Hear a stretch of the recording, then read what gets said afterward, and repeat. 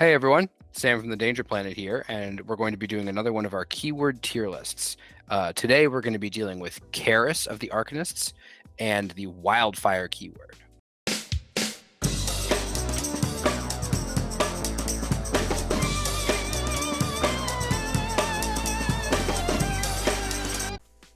Hey guys, welcome back to the Danger Planet. Today we're talking about KAERIS, but before we go over the gameplay implications of KAERIS and what models we think are best in what title version of the Master, we're going to go over a lore breakdown with Mr. Dice from DefectiveDice to sort of talk about how cool and awesome this character is. And once you're done watching this video, we recommend you check over to his channel to see KAERIS's full lore breakdown, where he does an awesome job talking about all of the stories that the character's been involved in over the years. Alright, Mr. Dice, take it away.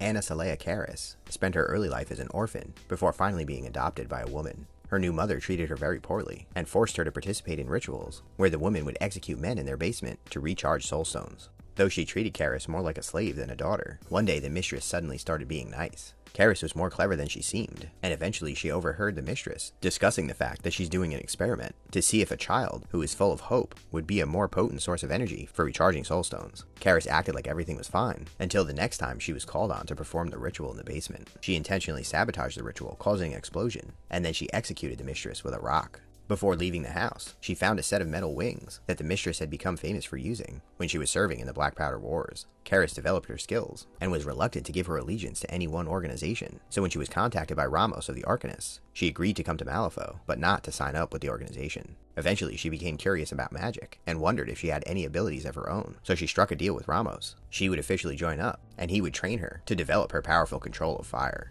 Over the years, she became a respected member of the organization, and when Ramos decided to step away from the Union and the Arcanists, he left Tony Ironsides in control of the Union, and KAERIS in control of the Arcanists. This dynamic worked fine for a while, but eventually Ironsides sold out Ramos to the guild, and KAERIS was furious. She ordered a few men to lure Tony into an alley, and then ambushed her from the skies. Tony put up a fight, and the two women grappled with each other. All the while, KAERIS was accusing her of being a traitor, and Ironsides was explaining that Ramos no longer had the interests of the Arcanists and the Union at heart, and was pursuing his own goals. Eventually, Tony stops going easy on her, and knocks the woman down with a powerful uppercut, at which point they both agree that they're only playing into the Union's hand by fighting amongst each other. Tony proposes that they work together, and offers to shake KAERIS' hand, and while KAERIS agrees, she refuses the handshake and flies away. When the Burning Man arrived in Malifaux, some of KAERIS' closest associates fell under his influence, and while she continues to carry out indiscriminate and violent attacks against the guild, rumors have begun spreading about her association with the cult of the Burning Man. Thank you so much, Mr. Dice, and I think I can speak for us all when I say wild. Now, without further ado, back to your regularly scheduled programming. Today we're going to be dealing with KAERIS of the Arcanists and the WILDFIRE keyword. As always, I'm joined by Haku. Hello. Pope Darpa. Yo. And Brandon. Hello. So you guys know how these videos work so far. We're going to go over each of the models in the keyword, and we're going to put them for each of the two titles into the auto-include, some matchups, and never hire buckets. And I just want to stress that these buckets are not to be taken completely literally. Always hire is basically models that you really need a good reason to not put in your list and are generally always looking to play. Some matchups are the models that you are, occasionally going to be reaching for, but occasionally not. And never hire is models that, you probably would just be better off if you don't take these models. They're not very good, but we're not here to tell you how to play the game. Well, we are a little, I guess. I am. I'll tell you how to play the game step by step. Follow me. So without further ado, we're going to just jump right in and talk about the first model on our list, the Eternal Flame. All right. The Eternal Flame, as always, is our totem, so you're definitely auto-including it, but we'll talk a little bit about it. It has a really important use in KAERIS1, or KAERIS2 in specific, which is being able to move a pyre marker you created underneath your whole crew during setup. You might have seen me talk about this list before, or even play it, where you want to get burning on your whole crew, especially KAERIS, you want to get a ton of it, but it's pretty important for that. One of the more interesting benefits now as well is with the failing of TNs, actively shooting your pyre marker with his gun attack can allow you to intentionally fail to get burning and take damage, which is useful on specifically Kaeris2 to knock off the shielding if you put Arcane Reservoir on her. But that's about it. He's a cool little guy. He walks around, and that's mostly it. Nothing special. He's insignificant, so he's not helping you scheme and strat. He's just literally there to be annoying, and he does a decent job at it. Hucker, why would you, if you want to tell us, why would you want to knock off the shielding that you put on her? Because specifically for the setup, I'll probably get into talking a bit longer about it, but when Firebranded attacks somebody, the Blaze trigger needs to deal damage in order to give the burning. So there's a lot of times where you can min 1 potentially, and then you just don't hurt you don't hurt Kaeris, and therefore you don't get the extra burning. Fair enough. All right, so I'll just he's covered the Eternal Flames used in Kaeris2 pretty effectively. I'll just briefly talk about it in Kaeris1. Kaeris1 has the special rule that her pyre markers are hazardous injured. And the rule on a hazardous marker is that when you move the marker over an enemy model or into base contact with an enemy model, then that enemy model suffers the hazardous effect. So in Kaeris1, this guy's biggest thing that he can do is push the hazardous markers that you've created over your enemy models and give them injured with no resistance or flips of any kind possible, which is pretty sweet, I've heard. Yeah, aside from that, I think generically we just have to remember this guy also can just give out injured at the start of his activation if he's close enough with heat exhaustion. Like, how often are you seeing that actually come up in your Kaeris games? Pretty much never. Mostly because I play Kaeris. You want to stay back with this guy because, as he pointed out, it is annoying. I will correct that it is a place on the marker, not a push, so you don't get it through the guys, just wherever you place it. That's what I meant. You place it, you move it, and then it touches them. A place is a move, so it triggers. Yeah, I just wanted to. It doesn't hit the people in between the two locations, I guess, is the only thing I'm specifying. Fair enough. Also, kind of goes further because it gets the whole base of the 50 mil. But yeah, he's a nice little guy. It is a little sad that he has TNs of 5 on both of his things, and as we know from a lot of totems that have even lower TNs, he just missed those, and it feels bad.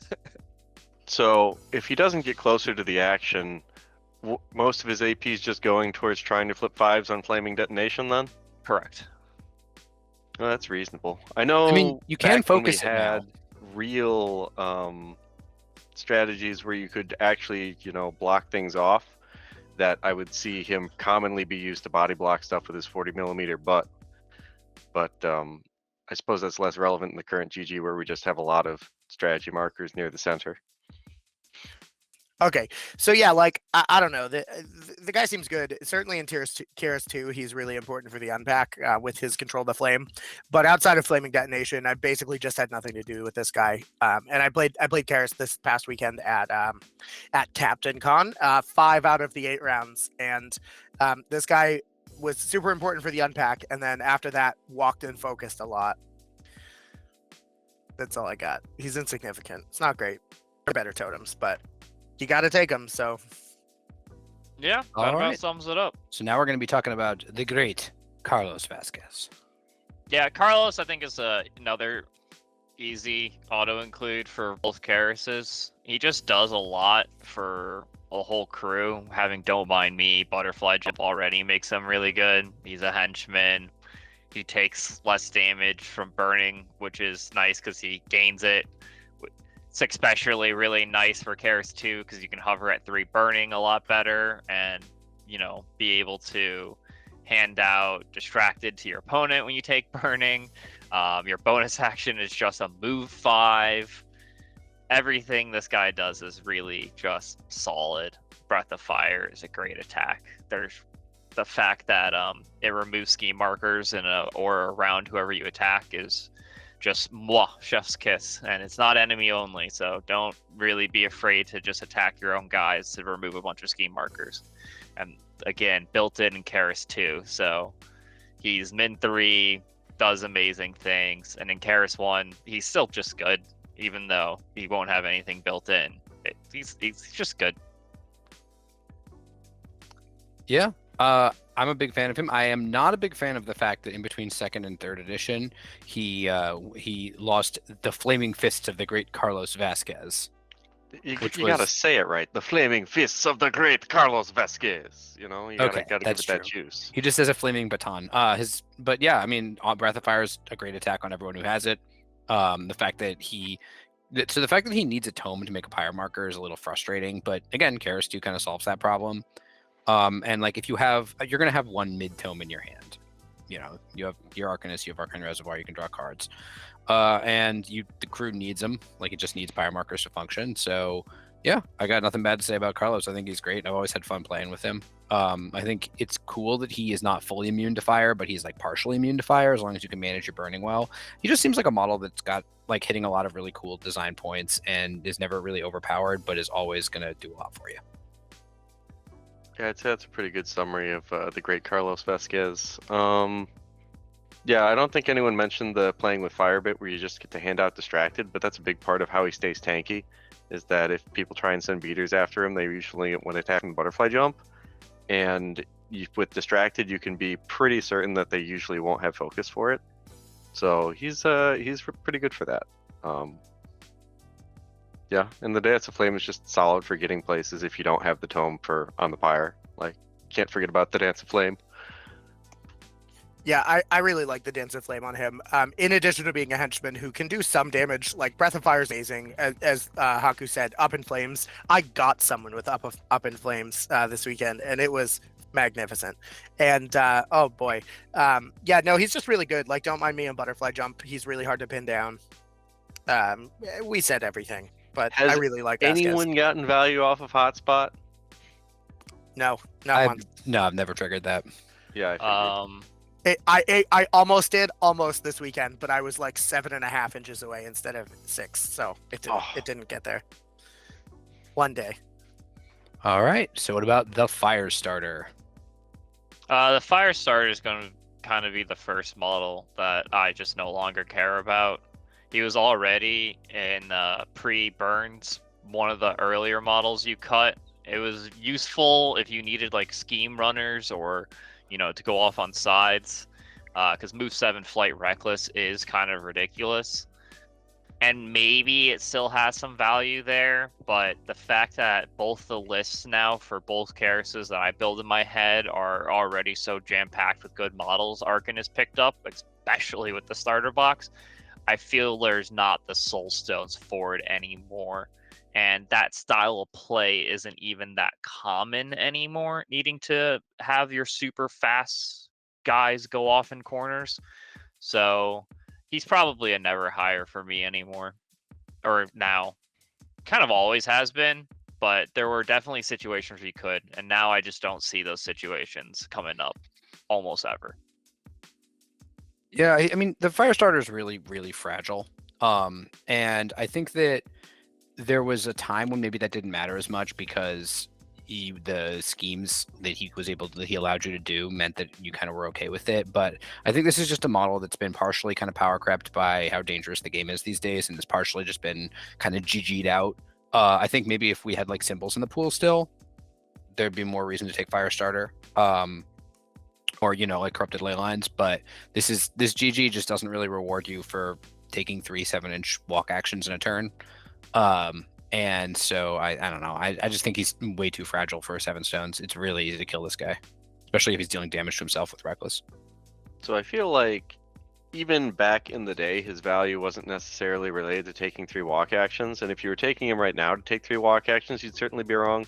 But there are things he could do in this GG that are not terrible. Like Light Under Their Feet is a reasonable device for denying points, being a stat 6 against move that will always be able to move someone at least 2 inches, which is for the most part out of range of the strategy, up to more if you actually have burning on them to get rid of. And then like sometimes, you know, just taking 3 attacks is okay. Like for 7 points, I think he's reasonable that while I don't think you'd ever take him in Kaeris2, maybe you'd take him in Kaeris1 sometimes. But I don't know.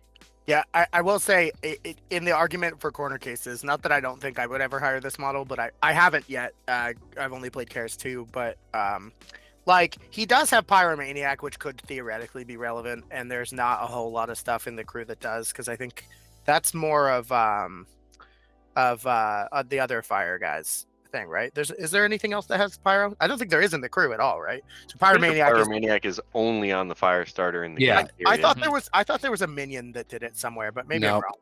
I'm wrong. So you can count burning deaths as having been killed by this guy, which could be potentially relevant. But no, I mean, I feel like if I were going to play Kaeris with the Firestarter, I probably would have done it in the last GG. I just don't like. I don't remember what the schemes are called anymore, guys, or the strats. Wow. But I just don't. I don't think that I would ever hire this guy, and I didn't this weekend. Yeah, Look, I feel go like back to GG all. yeah, I was gonna say Funny thing pyromaniac about is useful with, Pyromaniac like, is reckoning. that Bounty not even hunter. just like reckoning, but public enemies was actually the one that I always thought would be really funny, because it doesn't say that the original model that killed it doesn't count as having killed it. So do you have two models count as having killed the same thing? If so, do you get twice the bounty tokens?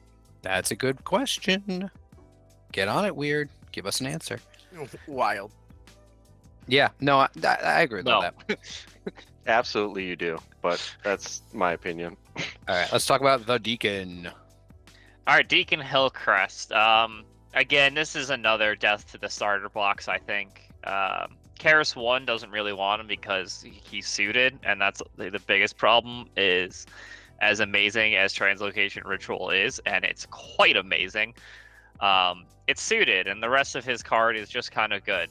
Honestly, it's actually quite good, the rest of his card, but it just doesn't seem good enough anymore.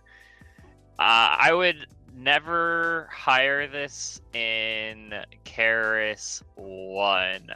I would.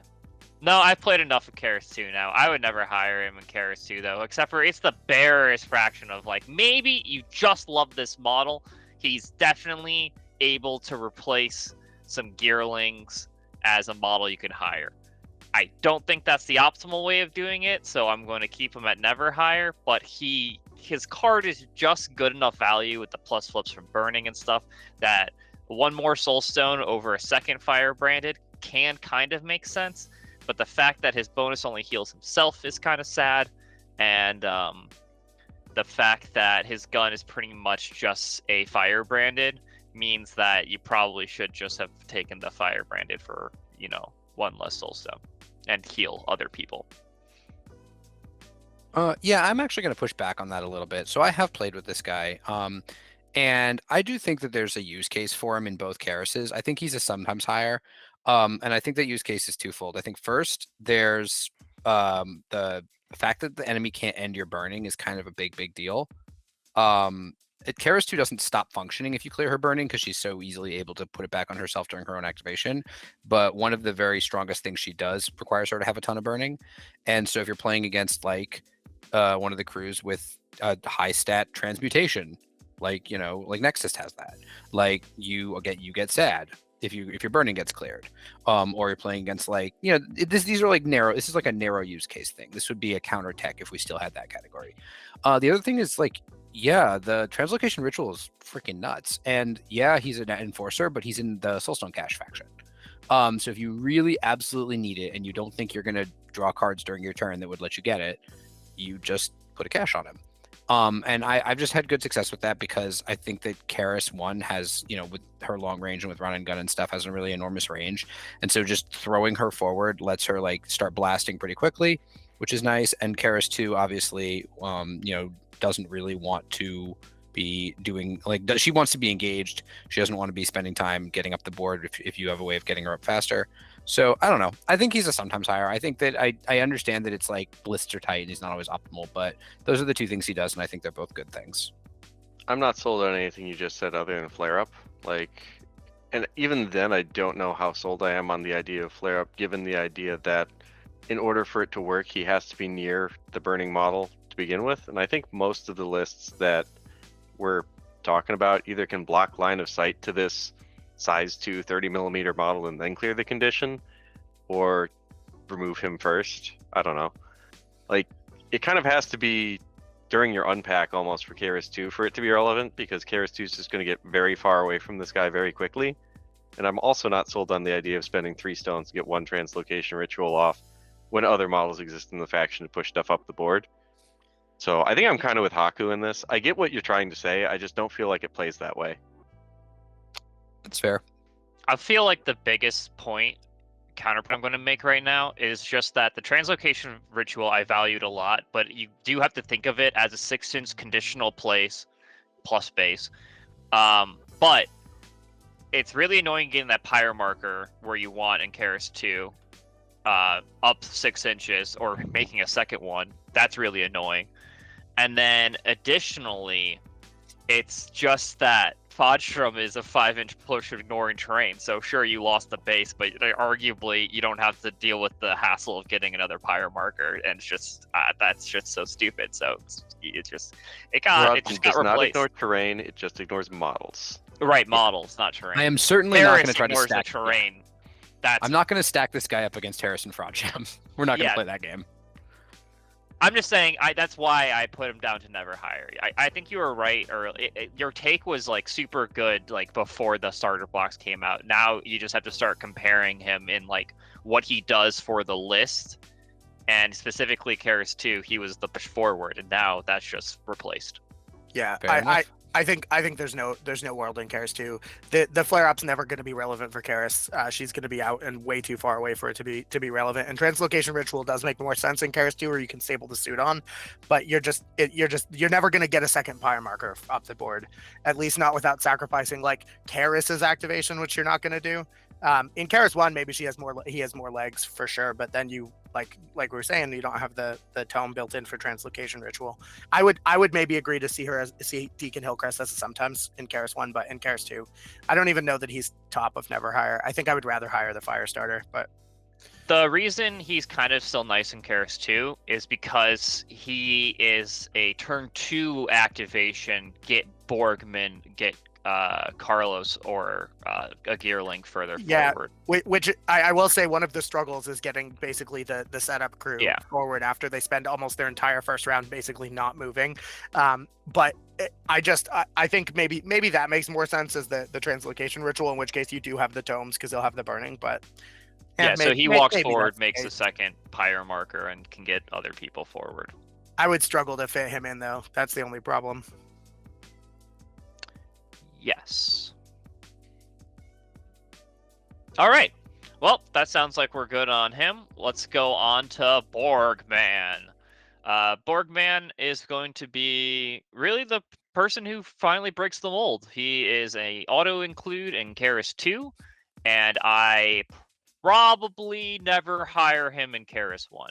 As much as I adore this model, he is still ultimately a slow enforcer who just dies. The reason that doesn't matter in KAERIS2 is because he is 2 card draw a turn while seeing 2 extra cards. Good for a laugh is very good, and once he has built-in suits, his attacks are also very good. And he also pulses out burning too. So he checks like the card draw and the startup abilities, which is why he's worth, 9 soul stones. But after that, he pretty much just is, your opponent attacked your backline because you're busy messing him up, and that's what he decided. Well, now he's useful. Other than that, he just keeps drawing you cards, and that's really good in a crew where you're all inning with one big guy. You really need good cards, and he's the best way to do that while also having your setup still work.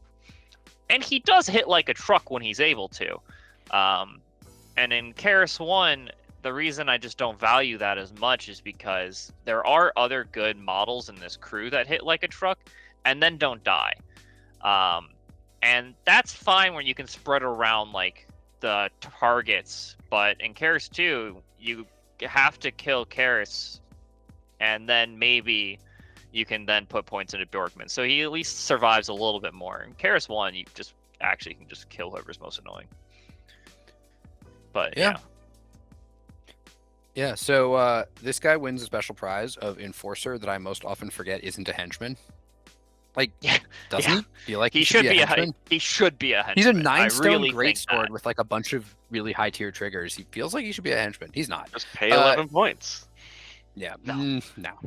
Anyways, you basically have covered it. I think that, I don't like him in KAERIS1 just because KAERIS1 is basically her use case for him is like a dude who runs up and kills people and sets them on fire, and he doesn't do enough of that for 9 stones. But KAERIS2's use case for him is a dude who sets her on fire and draws a million cards, and yeah, not much more to say beyond that. I think some matchups in KAERIS1 maybe because he's still fine. Like I think he has a reasonable card. I don't think he's a never in KAERIS1. But I do agree that he is really fragile, and that could just be that could just push it over the edge. Like he's just too fragile to consider. He really just needed his suits built in, honestly, in order to make him worth 9 soulstones, and that's why Kaeris2 makes him good. Without them built in, I really just that's 9 soulstones is so much. It's a lot. Can I take a moment to complain that he has a greatsword and blade rush? Yeah, it bothers me too. It's honestly, it's just constantly tilting on which one I want more. This is clearly a Scorn model. Yeah, he really is. He's got the firepower. Yeah, otherwise, I don't know. If he had a way to make a pyre marker, I'd say he'd probably be worth his points. But I think I tend to be of the same opinion. Yeah, I mean, good for a laugh when you get it automatically and have no downside is good, and being a slow 9-cost model that isn't able to get to the fight is bad. I agree. I will say the reason good for a laugh doesn't have the downside is because you can use it on the totem even if he has burning to not do it. Obviously, you can also just target someone that doesn't have burning, but that's decently rare in your crew. You can always target the totem, which is really useful. All right, so let's talk about the fire golem. Yeah, the fire golem is an interesting one now in particular, I think. It's an easy never hire in KAERIS2. Too much soulstone, doesn't help the unpack, blah, blah, blah, don't need them.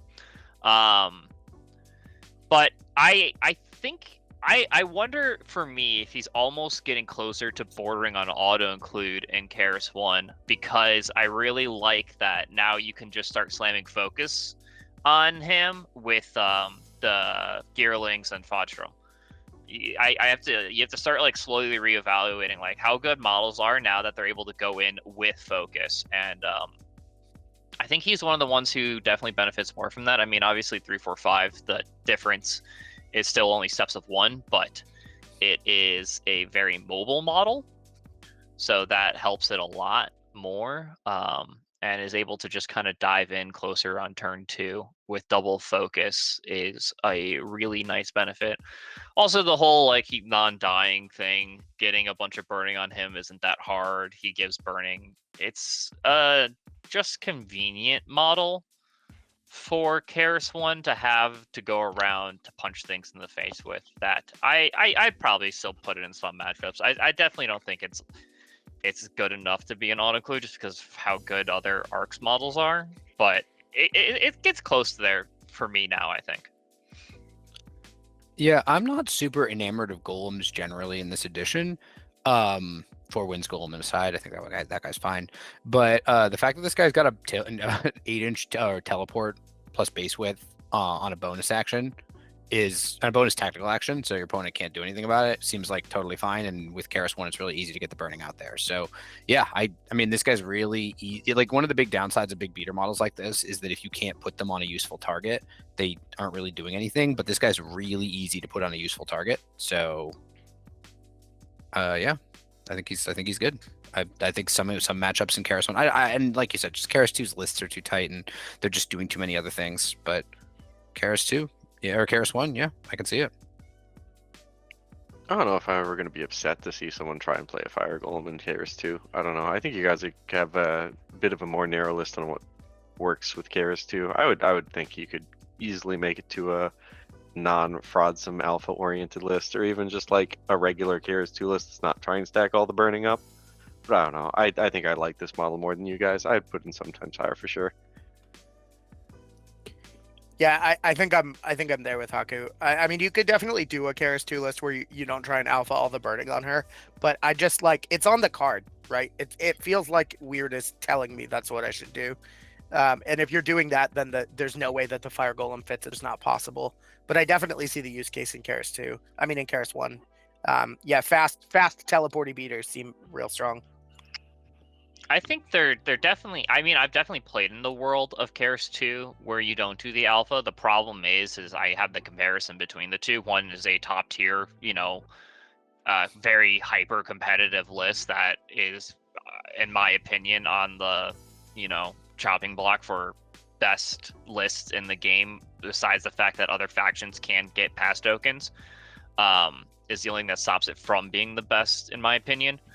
And the playing without that version of the list is still probably A tier quality, and I can totally see the fire golem there. It doesn't get as much value because you don't really care about the suits. An extra blaze trigger is not the greatest, but having burnt to a crisp built in is not definitely not terrible. It's just that's not really the action you want to take a large chunk of the time. It gives you an extra burning for Feed the Flame as well every turn, but sure. That's already built in. It is for each tome. Yeah, that's true. You get one more burning. Yeah. All right, so let's talk about Iggy. Iggy is a model I've never cared about. It very much feels like it was made for Pandora, and they just needed an excuse to make it work for Kaeris. Before, its value was kind of decent because it was still just a 6-stone model with Reckless, and that was always fine.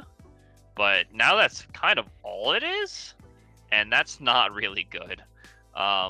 Its attack has never been the greatest, and arson is fine, but you already have enough scheme marker removal that you don't really need that specific one, and you're probably not using it as a shockwave because there are better shockwaves. So it's really hard to convince me to ever not take a Firebranded over this, or more realistically what you're replacing it is with Gearlings, which is one Soulstone left, arguably almost more tanky than it, and still has 3 AP.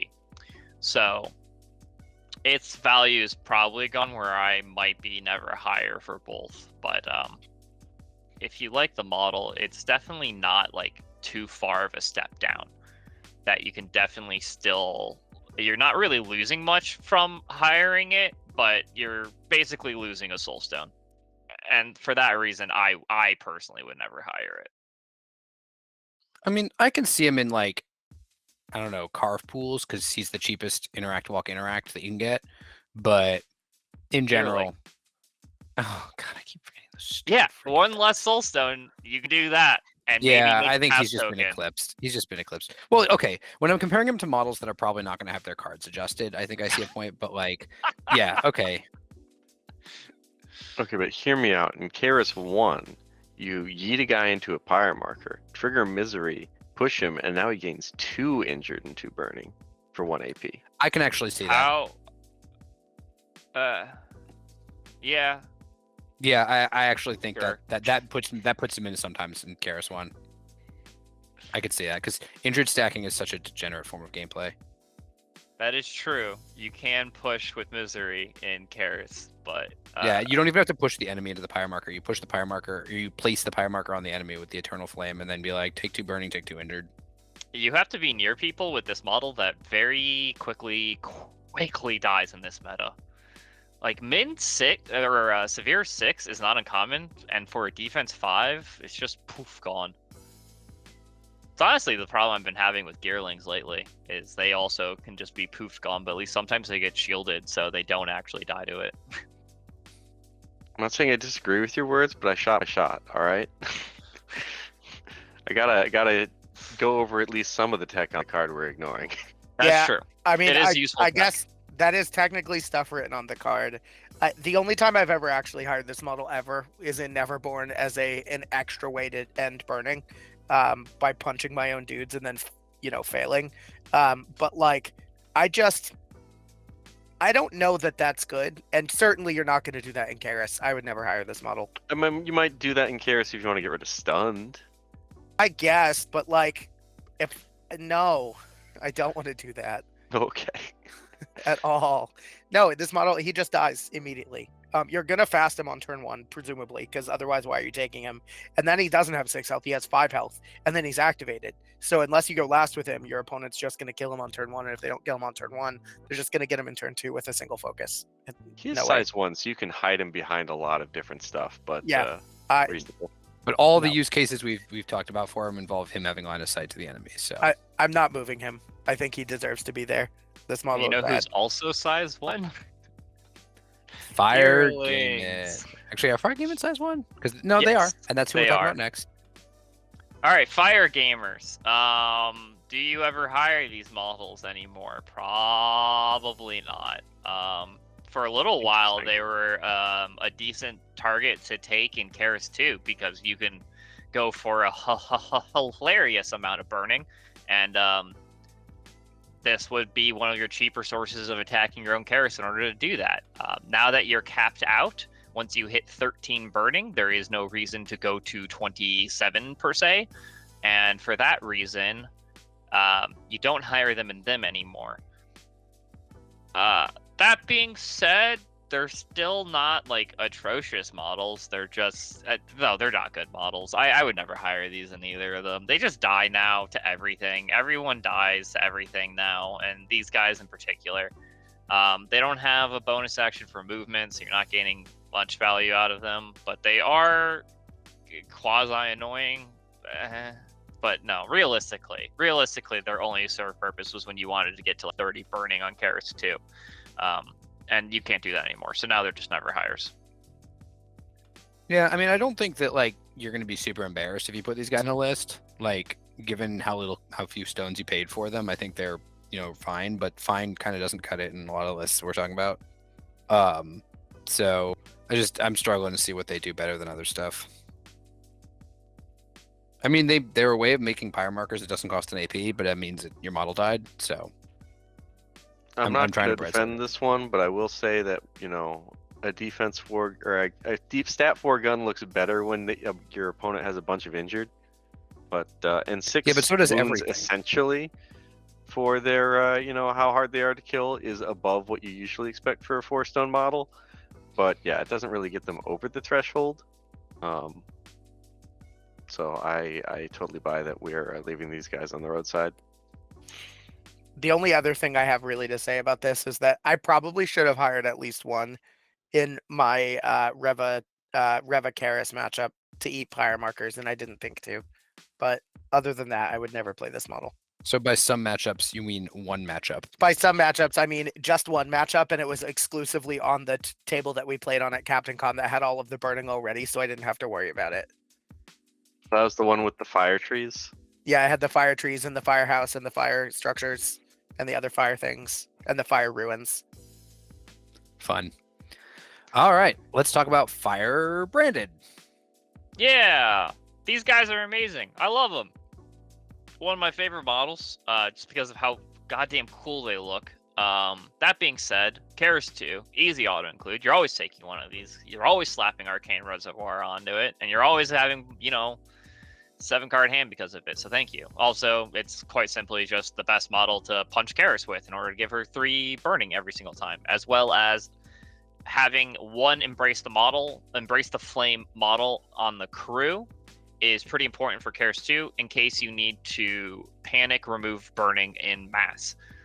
Sometimes you just over burning on your start phase and everyone ends up with like 8 burning and you're like, well, maybe I don't want my Borgmann to just die. So you just make Borgmann have 3 burning again and you hand off the healing to Kaeris.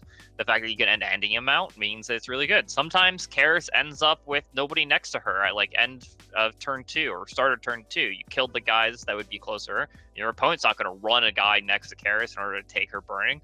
So you just go, poof, all the burning's gone. That's probably not as relevant anymore because it's capped at 5, and you might honestly want to just like Soulstone in order to keep your this insane amount of burning, but that really is just situationally. It's nice to have it as a backup plan. That being said, Kaeris1, they're not very great models for most of the reasons that you aren't stacking burning. So Embrace the Flames, just quality goes down. But you do have enough that I would still probably hire him most times. I will move it down to some matchups. Mostly because you still can debate taking silent ones as your arcane reservoir, plus having extra healing is definitely nice. But more often than not, this will probably be your arcane reservoir model in Arcanists. And other than that, it's just good gun shoots at plus flips. So you don't ignore concealment, but it's arguably sometimes better because concealment's not always around. But Yeah, I mean, you pretty much nailed it. I think these guys are fine. I regret not hiring one the time I played Kaeris. I've not seen one hired in Kaeris1 against me, but I don't play against Kaeris1 very often. But they seem fine. The fact that they do a bunch of healing is pretty sweet, given that you're a crew that is kind of putting yourself in some danger. They manage your burning really well. Nothing bad to say. With magical training, these guys are actually just really tanky because they get shielded 1 and effective armor 1 while they're near a pyre. So it And becomes counterspell. really annoying to And kill them through the counterspell, yeah. counterspell too. Especially if they have plus flip for any amount of burning they might have. So like deceptively tanky models, for models that look like they should just eat a severe and die. Then I also just wanted to say, if we're talking cool sculpts, it's important to know which Firebranded sculpt is your favorite sculpt. I'm kind of pulling for 2 here, but 2? Are you kidding? Landon really likes buff guys. The more buff and the Oh, more well, I guy mean, they same. are, Landon's like, ooh. look at those flaming fists. That's cool. I Like mean, the they all first have one flaming just is kind of fists. like on fire in general. Like, what am I doing here? I'm all about like this Firebranded weird 1. flat expression. Yeah, no, Firebranded 1 is by far the coolest. It's the I don't I know. will fuck you up Firebranded. She's got me feeling things. Okay. I think I also prefer Firebranded 1, but Has no, she I- got you feeling things, Brandon? no, but I do like Promise to the Flame. It makes them deceptively tanky. I had a couple of people try and punch one, and think that the damage reduction was just for like the burning thing, like Carlos's is, but it's not. It's anytime they take damage, they just take 1 less damage if they're near a pyre marker, which is real strong. I kind of like the flavor on that ability. Like, you can't kill me. This pyre marker is going to kill me. Yeah, sorry, I'm with this pyre marker. Yeah, that's awful, but great. All right, let's skip this guy. Easy auto include. Easiest auto include in everyone's life. I guess we'll go over it a little bit, but essentially the reason why Frodsham is amazing is because pass tokens currently are amazing.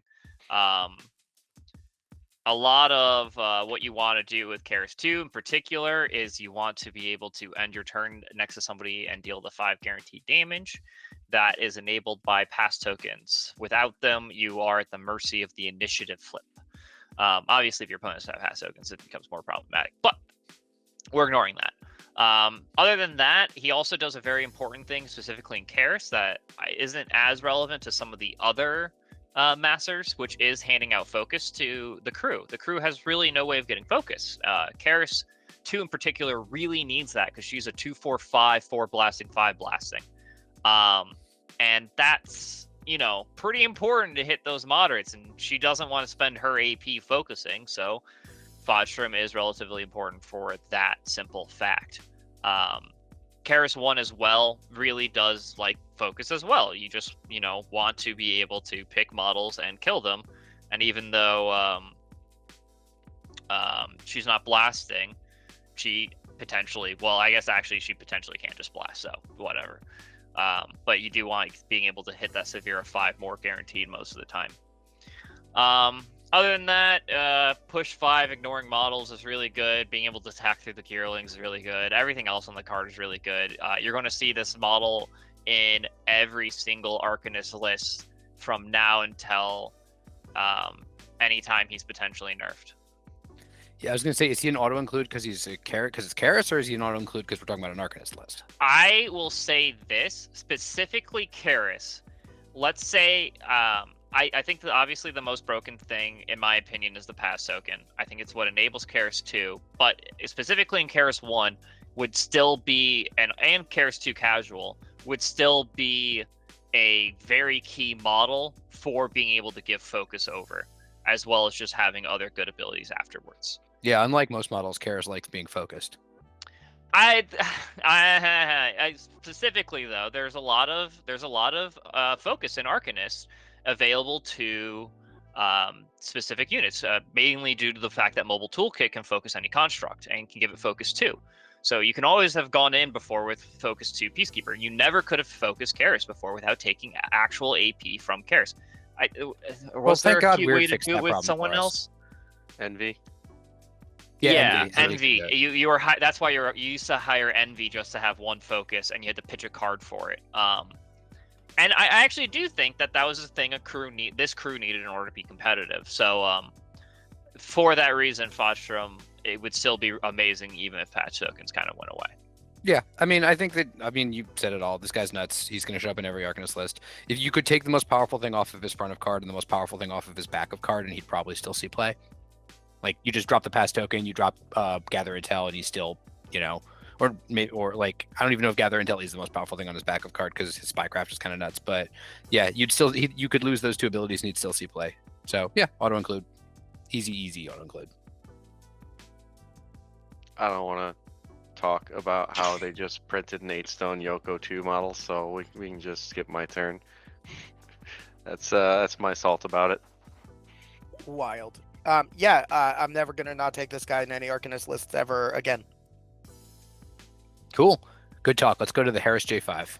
All right, the worst model in the Watchmen group. For me, this is kind of, in my opinion, an easy never hire in Kaeris2. It just doesn't really add to what the crew wants to do. Even if you're playing the more casual version of the crew, you're not taking advantage of what Kaeris is bringing with the suited, and a lot of her crew is actually really good when they have whatever suit they want built in.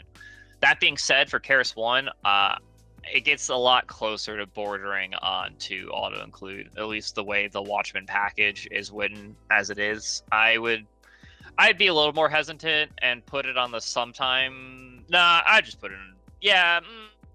I can easily be talking to auto include. The big thing that I know a lot of people are doing right now is they're just slapping attuned onto him with Soulstone Cache, and they're using him as just a pretty tanky boy to do Frodsham attacks through, hit models down, and pick models off on the side. And that will be very good for the whole crew. And drawing a card is very nice, especially because you're not having good for a laugh. So specifically in Kaeris1, who doesn't really have a way of drawing cards, that's actually quite huge. And for that reason, I can definitely see him being closer to an auto include. But other than that, I'm still not entirely sold on the rest of his card, just because I really dislike stat 5s. But it is a pretty good 2-inch range stat 5, so can't be too upset that it has a blast on its mid. All right, yeah. I mean, this guy just seems kind of generically strong, like a generically strong out of keyword hire. I think that some lists are not looking for generically strong, like as you said, Kaeris2, very synergistic, very focused on sort of a very specific game plan. Kaeris1, I think maybe has a couple models that like help her out, help her do her thing, but like she doesn't really support the rest of her keyword except in the way that you support somebody when you make all their enemies defensive willpower stats 1. So I can see him there. Is the fact that he can give your entire crew burning 2 for both of his AP not registering, or is that just not better than the other ways you currently have to stack burning? I don't think it's better than the other ways that cost 7 stones. You just don't care about your entire crew having burning. You legitimately only care about getting it onto Kaeris. Everyone else easily gets to burning 3, and you don't. And most people easily get to burning 6 or 8 if you want them to. You're actually in Kaeris2 fighting against having too much burning on models. Kaeris1 doesn't care that much about having burning on its own crew either, so no.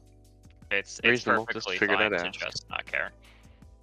I mean, yeah, the fact that it has like a cracked unpack, I guess, is something we can say for Kaeris1. That is another reason it's very good. Just moving the whole crew 2 inches twice is, and always will be, really good. Yeah, it's pretty nice, you know, if Playthings on Nexus 2 taught us anything, that moving your entire crew a bunch can be really good. So Ket. yeah, that too. Yeah, I mean, I get what you're saying. I don't think I'm ever hiring this in KAERIS2. It's just not. It's just too many stones for not enough effect. In KAERIS1, I mean, it seems fine. I don't know that I would take it, but I would try it. No, fair enough. But that's definitely one of the things that I look at this card read and go, yeah, that's a reason I would be playing this model. Yeah, it definitely explicitly reads as if they didn't know that rule change was coming when they made this ability, because they had to put the friendly watchman may choose to fail this duel, and maybe they should have wrote only friendly watchmen can choose to fail this duel on that ability. But Like others they have to didn't, flip. and the rules changed, so now everybody can just choose to fail it. Everybody in your crew can choose to fail it. Your opponents still have to flip. I mean, you'd love if they Yes. just, failed it anyways, but They can flip if they want to. They have to flip, actually. they But may not it's- choose death. All right. So let's talk about the Gearlings. I would put a Gearling as auto-include in KAERIS2. That's kind of just how I felt after playing with them enough. And I probably put it as an auto-include in KAERIS1, but that one is more debatable to me because it doesn't care as much. That being said, never mind. What am I talking about? No, it's an auto-include in both because it's the second focus. You need at least one other. Yeah, you always need at least one other. I guess technically if you take Harrison J, he could be your second focus with the bonus action, but no, the Gearling is the second focus. And because it's in KAERIS, they don't even need to take an actual AP. They can probably do it with the bonus by just, at some point getting burning and then using the bonus to remove that burning to then take the concentration action. Right. Because it's the second one, you're always hiring one in both crews because you want to get focus 2 on them. And other than that, a chance at an extra pass token is just way too good to pass up, to the point where I literally, if I don't see a 6 of mass in my hand, if I have a bad card, I'm still in it to trying to find it. There's a huge difference between having last activation if you fail initiative to having 2 activations in a row, especially if for example, you're against explorers. You can just try to guarantee it in. For that reason, most of the time in KAERIS2, I've decided to start taking 2 of these bad boys, just to have more flips at it, as well as the fact that I just haven't seen any reason not to, besides the fact that they are not hard to kill for some people. Just played against Tull. Tull is a person who's really easy to just go and pop one of these bad boys. Most of the time, it's after you already got enough value for them that you don't mind that that's what's happening. And another large chunk of the time, you have shielded on them, so it's still just really annoying for them to do. And if they can't one-shot it with using stat 6 abilities, if you ever win the defense duel, you just warp out of there. So all those reasons, it's probably going to stay as an auto-include. Just for that, ignoring the fact that most schemes and strats are going to want to hire this guy to move up wagons, to just randomly surprise walk onto one of the terrain. Good God, they're really, really efficient 5 Soulstone models. So it's really, really hard to convince me to not take them. Yeah, I mean, my only question is, are they auto-include because of KAERIS, or is it auto-include because they're Arcanists? Auto-include because of KAERIS, because the second focus, I think, is really important. I'll keep hammering that in. That's really important for the crew, so it does something unique for the crew. I mean, I think they're certainly better in KAERIS than they are in other Arcanist crews, but I don't think that they're bad enough in any Arcanist crew that you wouldn't automatically hire one. So, yeah, I think pretty much I'll say that every Arcs crew is hiring one of these guys. Sometimes you'll hire 2. I don't know any list that's probably not hiring. yeah, I just think 0 of at them. at the current stage, Harrison Frodsham and a Gearling is better than whatever the worst 13 Soulstones your list was. So, And Yeah. can I just say, at exactly 13 Soulstones combined, hidden martyrs. What a day. anyways, what's up, Landon? Oh yeah, you guys have been talking about this for a bit, haven't you? I'm here too. Yeah. It wasn't me. Haku's been talking about it. Yeah. I had to go over its points. Did you ever watch Chain to actually do damage? I gotta ask, like, or are we just exclusively I watched Jane. Gearling and I our watched Jane. displacement shows with this? No, I pulsed out 2 damage a bunch of times this weekend. I think it's definitely not going to happen in the first couple rounds, but when you're running them around, after, especially after you know that one of them's your hidden martyrs, just running them in to get pass tokens, doing some damage, and then be like, well, I have to kill that model. It's really good. Oh, I have never successfully dealt damage with Watch Chain, mainly for 2 reasons. Kaeris killed the whole entire crew before the Gearlings ever got near the enemy, or in my toll game, they just died at really long range. I think these guys are also hilarious into models with Up We Go, because they get the shielded after they end the move. And with Up We Go, you have to move the model and then do your damage flip. So they get the shielded first. Then armor 2 shielded, they get pretty Armor annoying 1, too. armor 1. Or armor 1 shielded. Sorry. Reducing your 2, 3, 4 by 2 though to 0 is kind of nasty. Yeah, I don't think I'd ever up we go these guys. Yeah, it's just funny, you engage Zip or something and he has to like Up We Go these guys for 0 damage. Like that's it's hilarious. Totally funny. Oh yeah, as a Zip player, I think that's hilarious. Yep, love that. Love that for me. Me only too. positive things to say about this model. All right, moving on. Yeah. No, I mean, you guys covered everything. They're really good. Probably hire these models. If you don't have a suitable proxy, there's a D&D model that you can find in your local game stores that are Modrons, and they're like little clockworky goobers, and they're my favorite. Yeah, the ones from like the Plane of Law. Yeah, that's what I was playing with yeah, this weekend. Yeah, super good proxies for them. They fit perfectly Mechanist. fine on a 30 mil. That's my pro tip. Yeah, I mean they're coming out this month, so. Look, sometimes breaking the game can't wait, Yeah. All right, let's talk about the other guy who didn't break the game, Marco Bonatti. Marco is a really good model in Damien, and he is a pretty good model outside of Damien just because of how good Ink Fingers currently is in the meta, with how many people draw cards and make god hands, having them actually have to use them instead of carrying them over to initiative. And turn 2 and 3 they're not drawing probably as much as they were drawing turn 1, and therefore might not end up being able to utilize that aspect of their crew nearly as well, is very good. That being said, he's kind of just got a spot taken by Frodsham. For obvious reasons, Kaeris2 is never higher because he doesn't synergize with the crew. Doesn't do most of the things you would want from a model in that crew anymore, besides the exact tech in Ink Fingers, and maybe how good Lashing Tendrils is in the current meta. You actually have not a small amount of ways to push people, but admittedly, that's pretty much all Frodsham. So if Frodsham ever goes away, Marco's value goes up. At the moment, he is a never higher in Kaeris2, and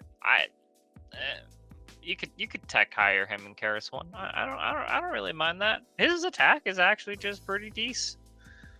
Yeah, it feels like Kaeris1 can hire out of keyword a bit. She doesn't really need her keyword as much, and he's a very good out of keyword hire. But you pretty much hit it. Ink Fingers is silly. I mean, like, sure. I guess it's important. It's not really that important to have counterplay. Look, how many boxes does a model have to check before I can just get it like wholesale chucked into the sometimes category? Like, this thing has Ink Fingers. It draws a card. It's neat. Marco's pretty cool. So yeah, I don't know. I mean, you'll never get his config action off, obviously, but like he doesn't need it. No. And then he's also just, still hits that perfect spot of just like mostly tanky enough that a lot of things in the game won't be able to kill him in one hit. People will forget that he has 8 kinetic wounds, amplifier. defense 6. Yeah, that happens a ton. At least to me. I don't know. So yeah, I think he's a reasonable, sometimes higher for basically like any Arcanist you're gonna play. Personally. Ink Fingers is really good. I really like Lashing Tendrils as well, but his bonus action, or his not bonus action, his aura, which you can sometimes proc for free off of his bonus action, is really strong. It like basically won me a game. Well, I was playing Damien. No, it didn't, but you know what I mean. It did a lot of work. No, that's amazing. Over the weekend. It's really good. All right, let's take a look at the Mech Rider. I Oh. love the Mech Rider because Arcs didn't have a lot of ways to draw cards before. Admittedly, now you have J5, so you can draw a card that way. But who cares about drawing one card when you can draw like 8? So that and Ride With Me makes Mech Rider actually pretty decent in Kaeris1. It's a model I've been hiring in Kaeris1 for a while. Just to help move some of your guys around, as well as draw a bunch of cards in the mid and late game. Other than that, it's always just been a very consistent model to hire in Arcanists. And dropping range scheme markers is decent value currently right now. So, not too infrequently we'll use that. There is some funny value in the fact that you can make it always get pass tokens for the Gearlings now, with any mask you pitch, and there are a decent amount of suits you want built in this crew, which is why Kaeris3 works so well. Tomes being Kaeris3? one of them, or Did you skip a Kaeris2. Kaeris? Yeah, I don't know, whatever. This isn't even my final form. So that's not Kaeris3 even, is like, just the a weird biggest employee meme. comes to your house and sets it on fire. The fact that it also reactivates Frodsham now is pretty good, because it's a really good model to be the target of that, especially when you have, you know, your line of sight from every Watchman on his attack. That's a pretty good attack, even though it's stat 5. Stat 5 is a perfectly great attack in an injured stacking crew. So It's also I'm versus a big willpower. yeah. Yeah, Also stat 5 versus willpower. willpower is like stat 6 versus defense. That ignores concealment. Yeah, yeah, of course it does. And draws line of sight through everything. For that Yeah, reason, definitely. Why wouldn't I'm it? really liking the Kaeris J5 Frodsham Watchman package in Kaeris, even though that's probably going to be in other ones. It's just Mech Rider obviously has a little bit of extra synergy, and the draw cards is kind of needed because the crew doesn't really do it. So I easily put this as sometimes matchup in. I actually auto-include this in Kaeris1. That's probably too much on a realistic level, but I do really love it in Kaeris1. Kaeris2, never hire. Never, ever hire in Kaeris2. It just doesn't do anything of relevant. It's hard for me to make an 11 stone model and always hire. I think sometimes it's fine for her. Like, the Mech Rider is cool. She does a lot of good stuff. She does the I same good just stuff love that she's her. done consistently since launch. I mean, the riders are all cool. I think at this point, you guys all know how we feel about riders. So they're good. A lot of them. They do good stuff. If they don't die early, they become extremely annoying later on. So I'm down. I'm down with sometimes. I don't know about auto. I'm also in the sometimes bucket. I'm amused that you have said that they do the same thing consistently since launch, when I think only one of the rider-like models does the same thing it did at Well, launch. obviously they've been nerfed, but you know what I mean thematically no, and I essentially.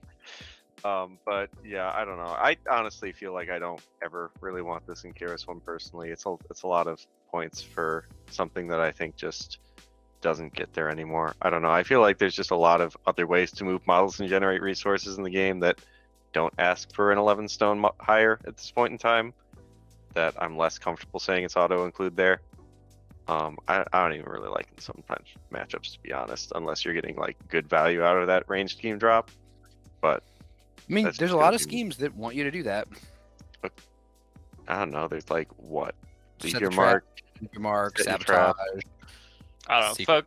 Focus built in, or built in. Yeah, the Watchmen are built in. That actually is just true. Focus built in also makes it a lot better, because one of his problems. Are you with spending your Mech focus is on to- Mech Rider instead of putting it on a different model? I don't know. I have 4 generations. Yeah, it's going to be Mech Rider and Kaeris.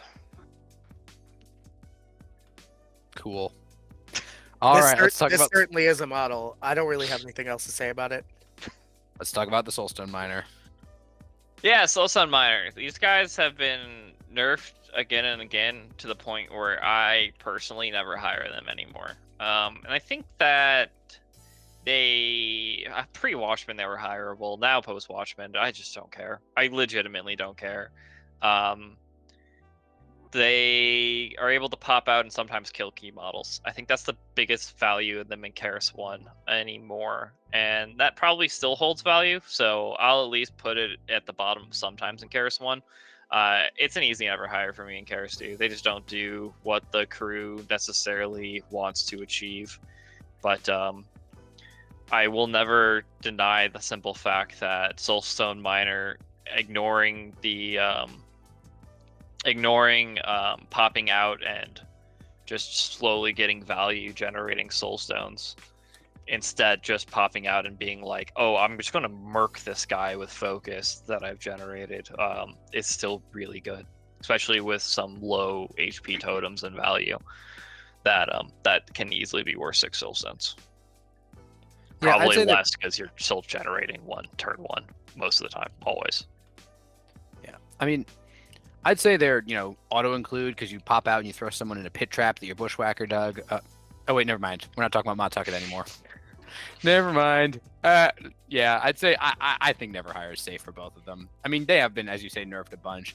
I just don't think Kaeris is going to be playing the game where she wants to be slowly generating soulstone value. I think that she you couldn't pop one out, but I don't think there's any reason them doing that with Kaeris is more attractive than doing it with any other master. And there's really no synergy here. And I just don't think they're strong enough to be out of keyword all stars if you're building an out of keyword all stars list. So there's so many things I'd reach for over a Soulstone Miner. We don't even have silent ones out here. I would out of keyword a silent one before a Soulstone Miner. I don't know. I still think you sometimes hire a Soulstone Miner for covert ops just because they're just kind of really efficient at denying that strategy for no goddamn reason. So that's why I'm pretty comfortable with some matchups for KAERIS1. I pretty much agree on KAERIS2. I don't know. I think I would be more inclined had I ever actually used this model, but it does not seem good enough now to take. There are just so many other options. I would rather have a silent one in every case. They're super good in Trixie. Yeah. Well, I've silent never one does played cost Trixie, one so- more. Yeah. So there is some tightening of the Soulstone budget. More than one there. more because you're going to get your mail-in rebate, but yeah. Yeah, you always get at least one mail-in rebate with the miners. If Indoor I when cut the off Gearling's all dead, my miner box tops. wild. So when If- you start talking about 2 Soulstone difference, that is pretty huge. If the Gearlings ever get nerfed, maybe this guy will be more reasonable. Yep, that's pretty much it. All right, let's talk about Steam Arachnid swarms. For some reason. A perfectly fine sometimes in KAERIS1. It has been. I'd probably put it near the bottom of it just because I do value Golem and Mech Rider as being able to have bigger, beefier bodies. Almost is that what I value more? Bigger stats. You have historically valued big beefy bodies a lot.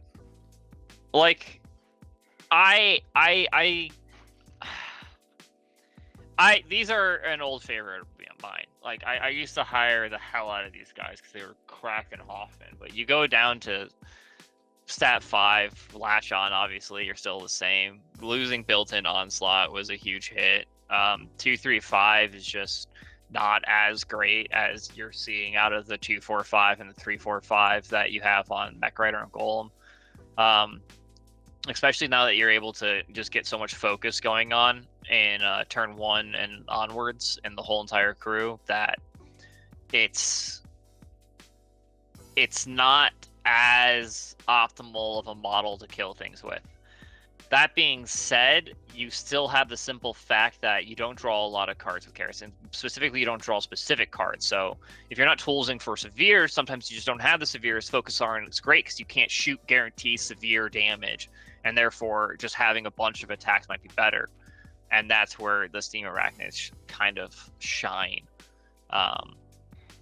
That being said, I personally probably never hire these guys anymore. And I think I stand by that. Yeah, I didn't really play 3rd edition very heavily until after they had already been nerfed, so I never really got to see their reign of terror. And when I hear people talking about them today and how they build lists of them today, it sort of strikes me that people are maybe got some rose-colored glasses or nostalgia for what they were pre-nerf, but I just don't see why you'd spend, the stones on this guy in a Kaeris list. Frankly, I don't know why you'd spend the stones on this guy in most lists, but I'm sure Landon's gonna tell me.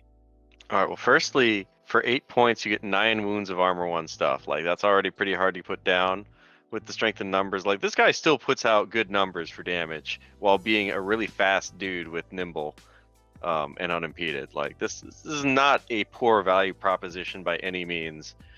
When you consider he has repositioning tricks, he has minus defense, he's really fast. But most importantly, the reason why he and these Steam Arachnids have made the list today is because I will not shut up about evasive after getting Damien'd at Captain Con and other places. In that, like, I have this idea that getting just a bunch of evasive latch-ons in base with this, beater monster is a really good idea. And you guys should show us on the doll where they Damien'd you. Well, you see, my corpse was annihilated in a explosion of magical energy, so there's nowhere to touch the doll anymore. But Landon, did it work? Thanks, Sam. I don't know. You know what? You've talked about this meme. I just want to shut it down right now. I don't see how you're swarming him with these guys, because he one-shots the small guys really easily, and even the big guy, he arguably... But you have 6 of them. He arguably two-shots the big guy with 2 severes plus an action to just do... I guess that you can't just do That's the one. a 3-shot. But yeah, he does need to hit him. He three does. times. He gets 3-shotted while blasting onto the rest of the crew. It's perfectly fine to attack this guy. If you're But the rest of blasting the onto the rest of the crew, spiders it's too. all evasive. Yeah, you've I activated our don't trap card. think the swarms are going to be able to get on. I just also don't see where the damage is coming from onto Damien when you can't have any suit and therefore you're not onslaughting. So you have 2, 3, 2 5 on actual pluses. attacks. How long are you going to be on pluses for? Long enough. He has to chew through all 6 of your tiny bases first. No, he doesn't. Absolutely. He does. just pulls you forward. And that's phase 1. Phase 1 is you fight the little guys, and then when they're all down, there's a cutscene. Remember, and then you fight the Damien big has one. range 4. No. That doesn't sound right to me. What? No, I'm pretty sure that's wrong. You got. Yeah, You gotta like learn what the models do before you talk about them, Haku. no. I'm pretty confident Damien's attack is just range 4. You don't have to treat it as a melee. You can't just range 4. Nah, that doesn't make sense. That doesn't sound like something Weird would do. Oh, interesting. All right. Anyways, I've said my piece. They're perfectly decent models at reducing the defense of other models. They get their 2, 3, 5s on pluses.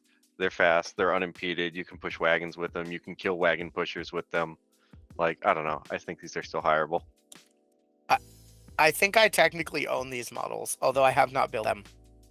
Savage. And let's talk about the little ones, I guess. I don't know. We probably should have done it all at once. Haku, do you have anything different to say about these little guys? No, they're just funny for what is it? Public demo where you can hire Public 5 demo. of them. This happened just to me hilarious. with test subjects the other day. There are It 3 was- points. You hire 6 of them. It's 18. Oh, it is 18. Yeah, right. Mhm. You can hire all 6 of them. Yeah, It's yeah, you just, hire all just 6 of funny as hell. Landon You stole my can't thunder kill them on this all. one. You're going to get to 1/8 that Damien player, okay? He cannot kill all 6 of them Yeah. before you reveal. You Yeah, do know he has a different. He has a crew behind him. Landon stole my thunder on this one. I was waiting until we talked about the little guys to unveil that these guys are like the secret anti-Damien tech. Because here's the real tech: he kills them, and they blow up on him. Well, they do don't their actually attack. blow No, up no, unless I know. attack They do them their with the attack. suit, They do their attack when they attack. They blow up when they attack. I know. but they don't blow up without the suit. You can't, Yeah, can't hit you- Oh Damien. my literally god! can't blow up on Worthless! Damien. Ah, destroyed. Okay, never mind. Withdrawn. Worst model. in the You know how we need to beat Damien? It's very simple. We just bring Ramos back, and he actually just blows him up on. I actually have a better technique. You just figure out. It involves you figuring out where the Damien player is sleeping the night before your game. I needed this advice before Wait. Captain Con. All right. We knew when where when his room Sam was. comes to Adepticon, don't offer him lodging. Got it. I'm not going to Adepticon. Yeah, it's a fair point. Whatever. I mean, I Wild. would. I'm not available at that point. I would go. I'm kind of curious. Such as Well, life. I'm gonna go. It's gonna be great. Although I'm not playing in anything because I'm TOing. But Yeah. Yes, I come to will Adepticon, be guys. playing a 40 Soulstone tournament the week before Adepticon to help people prep for it. Are you going to go be at Adepticon itself? Probably not. That costs money. This one is just go hang out with friends. Oh, that's nice. I would Anyways. have been at Adepticon if it wasn't. So on a let's Friday. do. Also, well, yeah, I work on Friday. Doesn't help. So traditionally, at this point, we will talk a bit about how to Wait, play where- as and against No, KAERIS. where are we putting these guys? No, Oh, no, just never hired. Don't even No, put we're them on the putting- chart. we're Just putting launch them them into both- space. We're putting them both in some matchups. Landon just wanted us to talk. I'm just- He's not wrong. I'm It just is the- leaving them. No, I'm just leaving is- them off the chart. All right, Haku, why don't you just tell put us a little bit some- about how to play as and against KAERIS? All right, I'm going to focus on Kaeris2 because she is my dream girl. I adore this model, this crew, everything. I really have always loved Firebranded, and so how do you play against her? You generate pass tokens. You're a faction that doesn't generate pass tokens, they probably pick Damien against you. Or that does generate pass tokens, they probably pick Damien against you. If you don't generate pass tokens, now we get into the fun part of the conversation. So KAERIS is going to stack up a bunch of burning, probably around 15 to 18, have double focus and come in. So very key, don't stand 2 inches next to another model. She only blasts the singular blast, and it's very easy to dodge. So that's just a very key thing to keep in mind. You're safe if Other- you're at exactly 2 inches. Exactly 2 inches is slightly more than a 50 mil. Yes, which we love to meme on, and is a very useful tool, especially for you reach 2 players. So always stay at the exactly 2 inches. It's also big because of take the hit. Yes, it is big because take the hit. Although then you are allowing them to blast onto your guy, so you have to justify. Yeah, that. what I'm saying is you can be in take the hit range for other attacks, and then never mind, it's fine. Yeah, we for understand. key We all get non-blasting it. ones. Yeah. So what you essentially are trying to do is kill KAERIS. Something's going to die, and it's going to be a non-henchman probably, because that's really the only way they're going to be able to guarantee it. So it's going to be 5 guaranteed damage, almost always 6, because she'll be able to create a pyre marker and then walk over. Probably a charge, and maybe you can win that duel, but they'll probably have a 13 by then and be able to force it down your throat, or 12 and you're a stat 5 model, or whatever, on and on. So just expect for someone to die, unless you're willing to bring big, beefy, take the hit models and pitch the cards for it, as well as they have to have more than 6 HP. So it's a very much going to be a hiring point game when it comes to KAERIS2. And afterwards, you just have to be able to kill KAERIS2 immediately. Keeping a high card to win initiative. Being able to just remove all of her burning isn't terrible, because she will be losing 5 of it turn 1. It's not hard for her to get more, but it is actually decently annoying, as I learned when I realized you can't move while starting in a pyro marker and get a burning from it, because then you're going to ignore it, which is kind of weird that that's not a May, but you have to ignore the terrain. And therefore, there are a decent amount of scenarios where she ends up running out of burning, especially you removing it from her is good, but it's not the most relevant after the alpha turn 1. It's just going to be the crew being a decent crew after that. Other than that, as we talked about, Frodsham is a huge problem child. Try to kill him. You have good models to be able to pick off the Gearlings, know that they're almost certainly coming. So anyone who can, range do 6 damage, preferably 7 in case they got shielded, which admittedly they're probably not getting in KAERIS2, because I went over this in the rules. The TO might differ, but almost certainly using the pass token move from Frodsham doesn't give them a shielded, because it's not during an activation. It's the first part of an activation and then skips to the last part, and never does it actually have a model activating during. So being able to do 6 damage at range is really nice for picking off the Gearlings. Maybe just 5, because if they generated a pass token, they did have to take 1, and most of the healing in this crew is going to be focused on KAERIS, or is just healing themselves, so they can't heal another model besides really Firebranded. Other than that, be careful of going into their backline. Borgmann normally hangs out there. Carlos is also going to be somewhat nearby the back. So going and diving them in order to try to counter alpha them, I don't think is actually a strategy worth doing. It's very much just kill Kaeris. All that burning they stacked on their models becomes pretty much useless, and you get to just murk them. This holds almost especially true for the second version of Kaeris, where you're no longer able to really alpha in with her, and you have to play a lot more safe and do different weird actions. But they are very good actions. You do have to be aware that her pulse move models 2 inches is line of sight and range from any wildfire model with 3 burning. So it's it's unflipped, unresisted movement. It just happens, and that's really annoying for certain strategies. So make sure you either have laugh off or you're standing in severe terrain and your model's not ignoring it if you want to score on a couple of the strategies we currently have. I think that mostly sums it up for Kaeris. The healing from Firebranded is deceptively good. Carlos is Carlos, and that's all pretty much the auto-include is the list you'll be seeing. That might take more Firebranded, less Gearlings, more Gearlings, less Firebranded, but that's pretty much just going to be it. Kaeris1 is just so different. Does anyone want to take Kaeris1, or should I just go for it? I mean, I can go over briefly. You can cover the other stuff. I mean, Kaeris1 is just like a really, really efficient ranged blaster that also just incidentally spreads a bunch of injured without any kind of, resist flip, which is always like a just degenerate thing to do in this game. I haven't got a ton of experience with her. I've played her a little bit. Up We Go's great. She has a lot of abilities that move enemy models, which is a big deal. And because if you move an enemy model to a pyre marker, they get burning.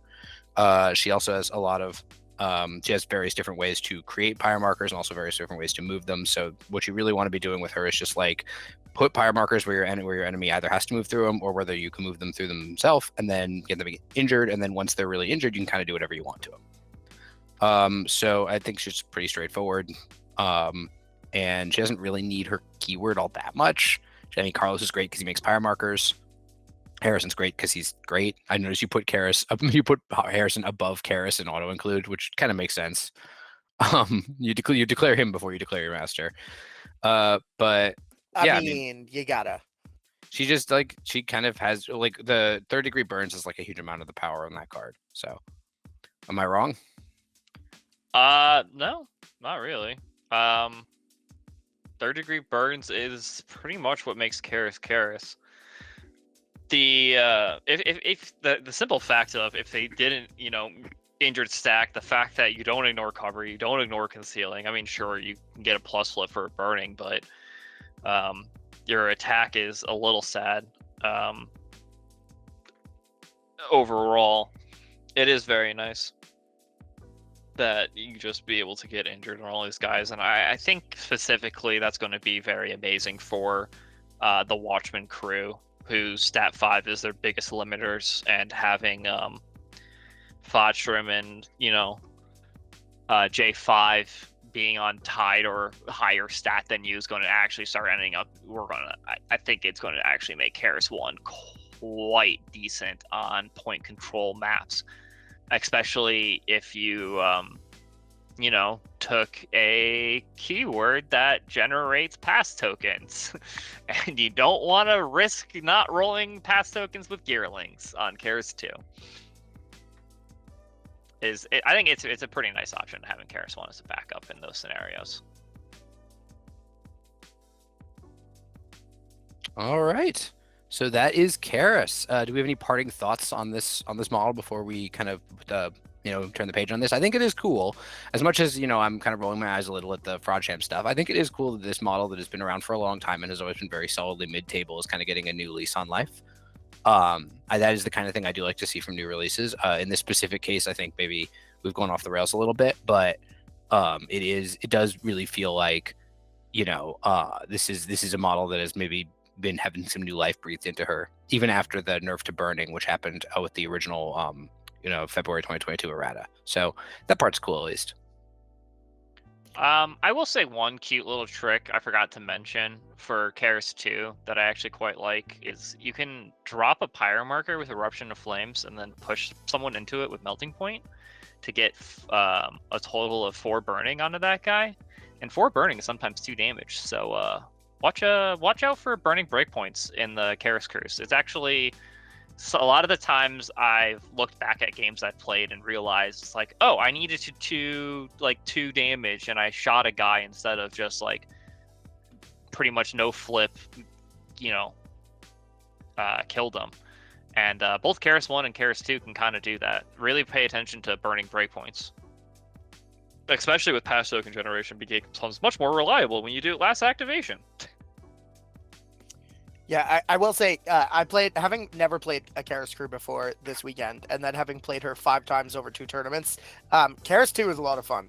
If you have a Kaeris crew kicking around, or if you have some Arcanists that you have been thinking about dabbling with, Kaeris2 has a really, really interesting unpack, and it's almost like, it's not that it's easy, but it's very straightforward, and there's like a very direct goal, and that to me is like the easiest way to pick up a new crew, is to have like an opening game plan, have a plan to do the opening, which is just get as much burning as you can on Kaeris and yeet her down the field with preferably Frodsham, but like she can do it herself, you know. So I had a lot of fun, and I'd strongly recommend her for anybody looking to pick up something new, or if you have an Arcanist crew and you're looking for a new master. She's definitely not, I think, an all the time do everything master, and I found that no game that I played with Kaeris had either player scoring more than 3 points at any point throughout the weekend. But maybe that's your mileage may vary. I don't know. Kaeris is a menace, but she was a lot of fun to play. Yeah, I think one of the things I really like about Kaeris is, as you pointed out, you have a very clear goal of what to do turn 1. The thing I actually like about Kaeris, from one of like, I talked about how amazing I thought the list is from a competitive standpoint, and I really do think it's very good. But it's also actually very complicated and in-depth on how to use it optimally and how to actually play out specifically past turn 1. And I think that's actually great for learning, because it constantly is forcing you to think about like, oh, what models do I go after? What enemy models are here and there? And it's a very actually challenging list on the high end, but offers some really good mid-tier gameplay if you're kind of like just learning it. Well, all right. We hope you guys really enjoyed this video. If you like it, if you have some, comments about what we said, if you disagree on anything, if you think we should have put the Steam Arachnid little guys on the list somewhere, please let us know in the comments. Subscribe to this channel for more great Malifaux content. Drop us a like. And if you really like this video and you want to talk about Malifaux with us or some of the other games we play, check out our Discord. The link's in the description. So we really appreciate doing these tier lists. We're going to keep doing them. But until next time, thanks for stopping by the Danger Planet.